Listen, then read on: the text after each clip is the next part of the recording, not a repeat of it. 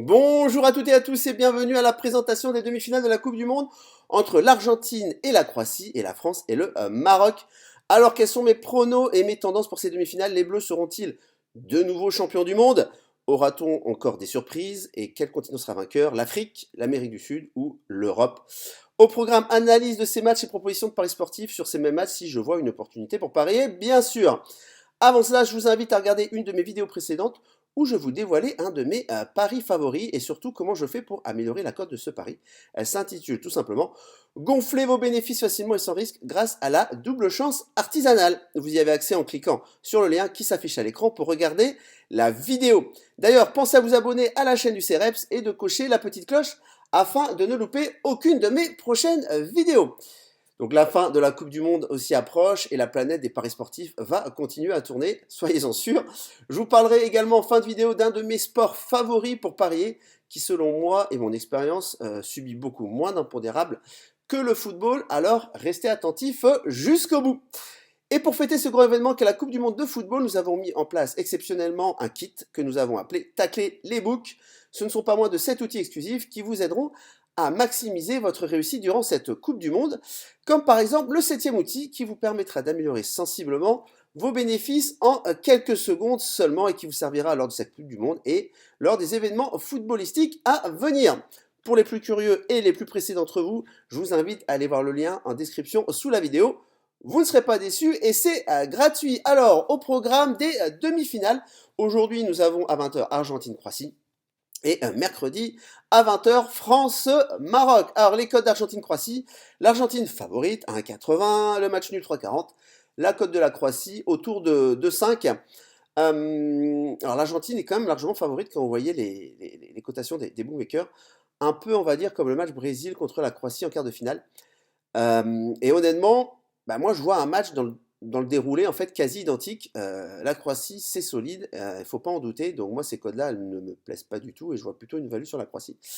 Faut pas oublier que ce sont quand même les vice-champions du monde, ils sont encore dans le top 4, ils ont fini premier du groupe de Ligue des Nations de la France, ils vont faire le Final Four de la Ligue des Nations. Enfin, je veux dire, on a toujours tendance à sous-estimer la Croatie. On pense toujours qu'ils sont vieux. Bon, effectivement, ils prennent de l'âge, mais il y a surtout un super réservoir et tout le monde est en train de s'arracher, par exemple, le défenseur central Guardiol, qui est une des révélations de cette Coupe du Monde. Il est vraiment énorme avec son masque, hein, vous ne pouvez pas le louper. Pour l'Argentine, c'est la première fois pour beaucoup de joueurs qu'ils arrivent là, en fait. Et pour moi, je pense que la pression sera énorme. Il y a aussi tout un pays derrière eux. Il faut savoir gérer ça. Les Croates, eux, ils savent gérer cela. Et tactiquement aussi, on a pu voir contre le Brésil, bah, la Croatie, ils sont très très bien en place. C'est très difficile de les bouger. Et les Brésiliens ont réussi avec un exploit de Neymar. Voilà. Et vu que l'Argentine, généralement, a tendance à galérer un petit peu contre les blocs bas, surtout bah, le milieu croate, hein, il est magnifique. Modric, Brozovic, Kovacic, j'ai du mal à voir l'Argentine, s'ils restent dans la disposition qu'ils avaient habituellement, se dépêtrer de ça. Alors est-ce qu'ils auront un milieu renforcé l'Argentine où vous rajoutez Paredes à Fernandez, De Paul et McAllister? C'est une option, enfin je serai sélectionneur, c'est une des options que je ferai pour essayer de contrecarrer le milieu croate.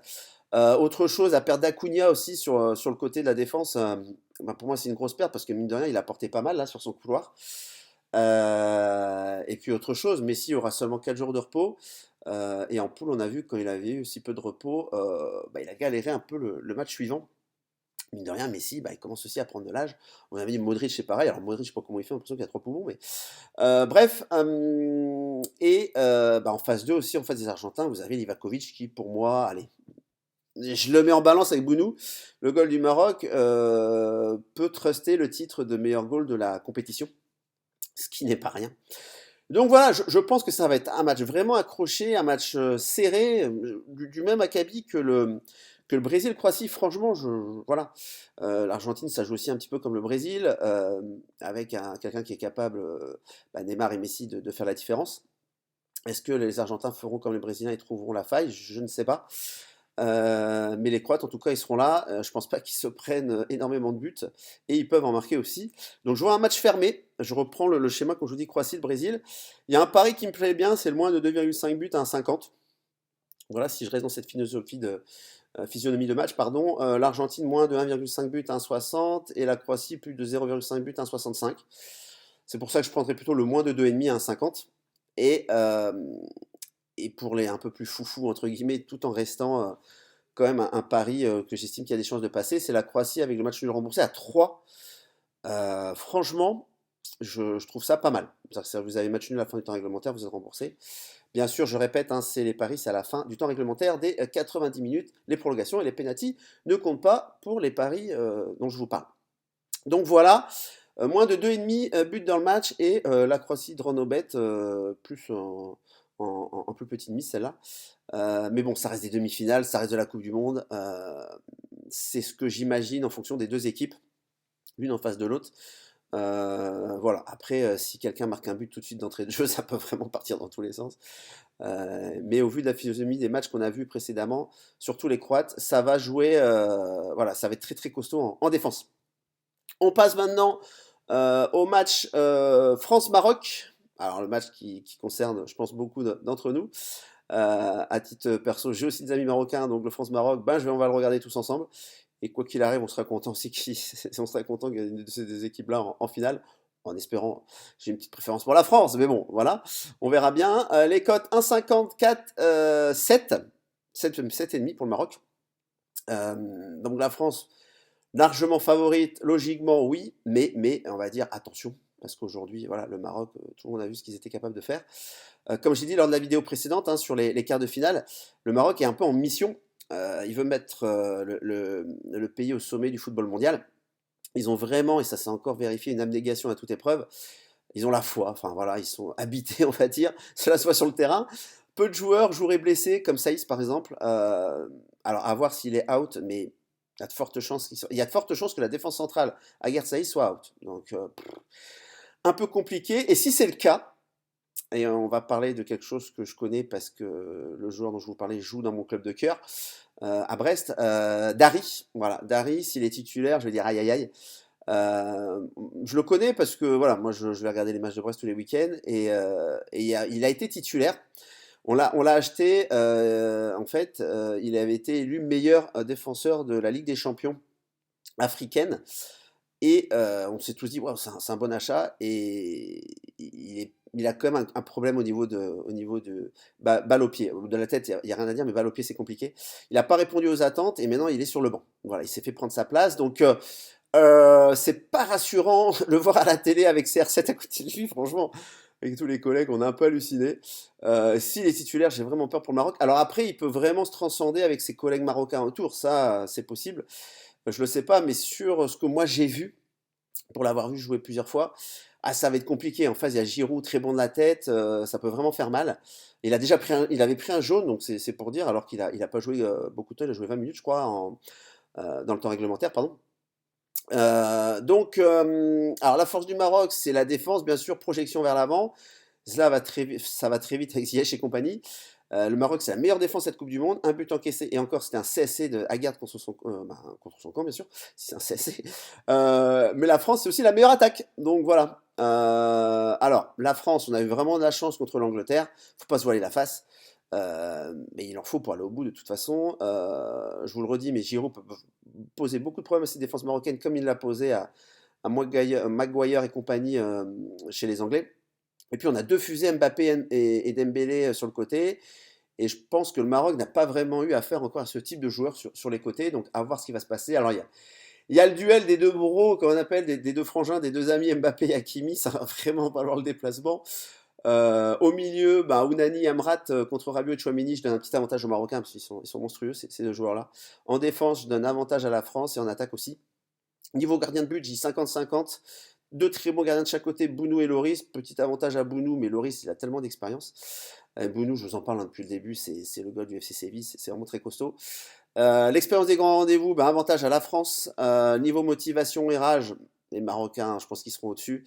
Et niveau fraîcheur, je dis avantage à la France. Le problème du Maroc, c'est qu'à 100%, s'ils avaient tiré à 100%, ouais, là, je pense que je pouvais aller vers le Maroc, voilà, en double chance, match nul remboursé, tout ça, avec même un handicap positif.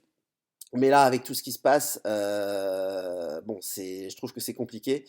Ils n'ont pas tous leur force vive. Ziyech, il est sorti aussi, il était fatigué. Bouffal, à un moment donné, ça joue pas 90 minutes. Même si les remplaçants peuvent apporter ce regain d'énergie, de motivation aussi. Bon, voilà. À voir. Pour moi, il peut y avoir deux scénarios possibles par rapport au Paris sportif. Si la France, elle marque rapidement, bah, ça peut être du happy football, hein, parce que le Maroc devra se découvrir. Et puis, bah, Dembélé, Mbappé, dans le dos, ça peut aller très très vite. Et ils peuvent s'en donner à cœur joie. Si au contraire, le Maroc bah, défend bien, tient, à la mi-temps, il y a 0-0, il y a juste un but pour eux, par exemple, bon, bah, le moins de 2,5 buts pourra tenir. Donc ça dépend vraiment des deux scénarios de match. Moi, si c'est un scénario fermé, le moins de 2,5 buts, 1,55 peut être intéressant. À vous, voilà, j'ai pas de boule de cristal, donc à vous d'imaginer le scénario qu'il peut avoir sur ce match-là. Et si vous voyez un match fermé, le moins de 2,5 buts à 1,55 peut valoir vraiment le coup. Donc voilà pour moi. Alors les favoris de la Coupe du Monde aujourd'hui, bah, il reste 4 équipes. Il y a la France à 2, l'Argentine à 2,60, la Croatie à 8,50, le Maroc à 10. Honnêtement, moi, la value, là, elle serait plutôt sur la Croatie, hein, 8,50. L'Argentine, enfin, pour moi, c'est un match 50-50 Argentine-Croatie. Voilà, je pense que maintenant, vous le savez. Donc, c'est un peu à vous maintenant de me donner vos avis sur ces matchs-là. Quel pari allez-vous jouer? Voilà, n'hésitez pas à argumenter. Vous avez peut-être une vision différente de la mienne de ces deux matchs. Et n'hésitez pas à commenter, ça me fera vraiment plaisir. Juste un petit mot, oui, je vous avais dit pour finir sur le rugby. Il n'y a pas que le football dans la vie. La Coupe d'Europe a commencé de football et il y a souvent des belles opportunités. Il y a certaines équipes qui font tourner les titulaires, ou alors ils ont décidé de vraiment pas jouer la coupe d'Europe à fond, parce que, bah, mine de rien, il y a aussi les championnats nationaux qui sont assez rudes. Et un exemple, il y a Exeter qui se déplaçait à Castres le week-end dernier. La cote d'ouverture était à 2,3. Et avant le match, on appelle ça la cote de fermeture. Elle est descendue à 50. Donc il y avait une belle value à jouer sur Exeter. Et Exeter a bien gagné à Castres. Exeter venait avec sa grosse équipe à Castres. Et intrinsèquement, les joueurs d'Exeter sont meilleurs. Donc voilà, c'est un exemple, mais et moi franchement le rugby c'est aussi un sport que j'apprécie justement parce qu'il y a moins d'impondérables. Donc si justement vous voulez en savoir plus et vous améliorer dans les paris à tous les niveaux, n'hésitez pas à nous rejoindre et bah justement petit rappel, vous avez le lien dans la description sous la vidéo pour obtenir gratuitement le kit spécial événement Coupe du Monde Tacler les bookmakers, où vous aurez accès à cet outil exclusif et gratuit développé par moi-même et le CEREPS qui vont vous servir pour cette Coupe du Monde, mais aussi pour la suite. N'hésitez pas à partager la vidéo si elle vous a plu et à vous abonner à la chaîne du CEREPS. Voilà pour ma part. Je vous donne donc rendez-vous bah, le samedi 17 décembre à 16h pour la présentation de la finale, en espérant bien sûr qu'il y ait la France. Ce serait quand même magnifique pour essayer d'aller crocher le doublé. Il n'y a pas beaucoup d'équipes qui ont fait ça. Deux Coupes de Monde d'affilée. Voilà, c'est terminé pour moi pour aujourd'hui. Bonne journée à tous et surtout très bon match. Bye bye.